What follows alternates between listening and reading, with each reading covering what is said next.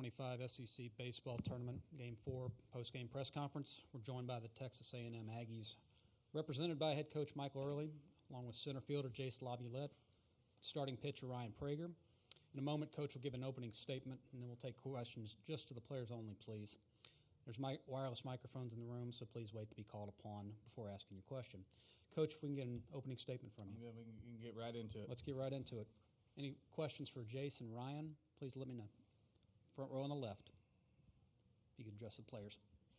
Ryan, obviously in the last 18 hours, you went from not starting to, obviously getting the ball here. Can you talk about your mentality and just the approach you took to get ready for today? Yeah, I mean, I think the plan was always to throw today. So whether that be 8 p.m. or whenever you start a game in Hoover or 9:30, the only adjustment was getting up a little bit earlier in the morning. So got up this morning a little bit earlier than normal for a start, but once we got moving around, it was just treating it like another game of baseball. So, yeah.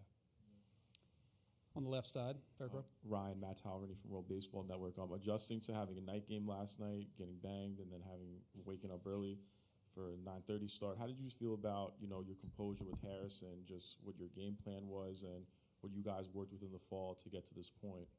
Yeah, I mean, thought composure and all that stuff was really good. Like I think last night when the game's banged, you're a little frustrated because everybody wants to play. You want to compete with this group of guys and win a baseball game. But go back to the hotel, get something to eat, and hit the hay and wake up this morning ready to play. Second row, right? Jace, it's Mark Etheridge, D1 Baseball. So hasn't been a great, a week or so for you, but then you came out today and you got the big swing. What's that been like this week, trying to work out of it? Yeah, I said it earlier. I think I don't really know what it was. I think it was 0 for 9 or 0 for 10 with 9 punches and didn't put a ball in play. So whenever I swung and saw that ball go forward, honestly, I was pretty happy with that and making baby steps. But I just have to stick to my approach. I think that I spent a lot of time with Coach Mike, and we work together all the time. And it's just being on the fastball and trusting myself. And I think I did a lot better job of that today, and just got to keep doing that moving forward. Next one for the players. On the left. Jace, Matt Halverny from World Baseball Network. You're projected number 7th overall come Atlanta in the next few weeks. How do you just feel about what your composure is with your offense mechanics that you can play at the next level soon?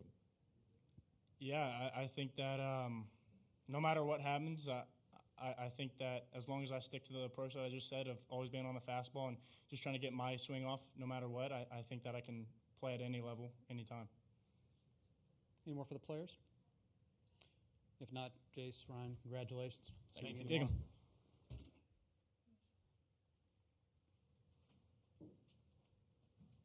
All right, if there are questions for Coach, please raise your hand. Let's start on the front and the left.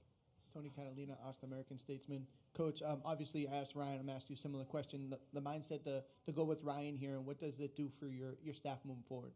Yeah, I mean, like he said, it was always a plan for him to pitch today, and then when you can still have Weston Moss in the bullpen, it was a really easy decision. Also, I mean, 9:30 in the morning is a tough time to play, and I have a ton of comfort when Ryan Prager, he's probably up at 5 a.m. and, no sweat. So college kids, sometimes you think about that a little bit. Having Ryan on the mound and making our bullpen better is always a good thing. Second row on the right. Mike, same question I asked Jace. I mean, he's been going through whatever you'd call a slump. Yeah. And then he said you guys work together. Can you share some of that?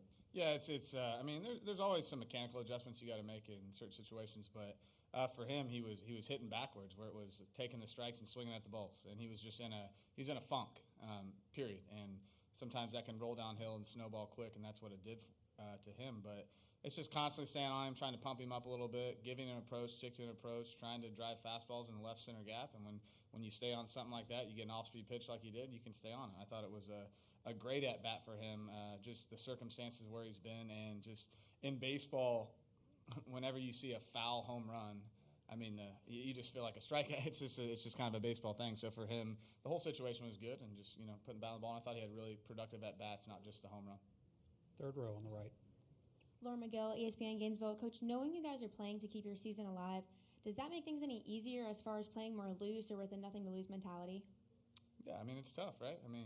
I got a lot of care in that locker room, and a lot of guys that love playing for Texas A&M and love this team. So baseball's tough, and tournament setting, you got to kind of find a vibe or a feeling where you get going. And I like what they did today. Now it's easy like that when you got a pretty decent lead to stay like that. So it's just going to keep our mindset playing one pitch at a time and playing pitch to pitch. And we all know there's a lot of stakes on the line for us, but we've had our back against the wall all year, and a lot of that's been whether it be injuries or a lot of self-inflicted. So we're used to this, and we're going to continue pushing. More for Coach in the front row on the left. Coach, we had talked about this year, like at times they'd be pressing in the lineup. Obviously, the production was there. What did you see from your guys that may have been different than what you had seen lately? We controlled the strike zone and swung at the pitch we're supposed to swing at. And that's not always going to be in your favor because hitting is hard. But for the most part, I thought we did a really good job of swinging at strikes, taking balls, and passing it to the next guy. And we had some situational stuff that we executed well. We executed a bunt the way we were supposed to, and got guys in when we needed to. And that's what you got to do, especially playing at a park like this, where it's not really conducive to home runs except for right field. You just got to stay on baseballs and get on base, and they did a really good job of that. Mark on the second row. With how Lampkin pitched his last outing, is he ready to come back? And if so, what does that mean for you guys going forward? Yeah, I think we're gonna take a look at it, but I mean he's on 6 days, so I think there's a pretty solid shot. You'll see him tomorrow, but we're just gonna meet with him and make that decision later on today. Back to the front row on the left. We had talked about what the changes to the pitching staff was with the postponement. We saw Caden Sorrell game time decision. What's it look like for him moving forward? He'll be a game time decision every single game. On the right side, third row. Coach, how would you say that your mentality has shifted going to this tournament this season as head coach compared to last season?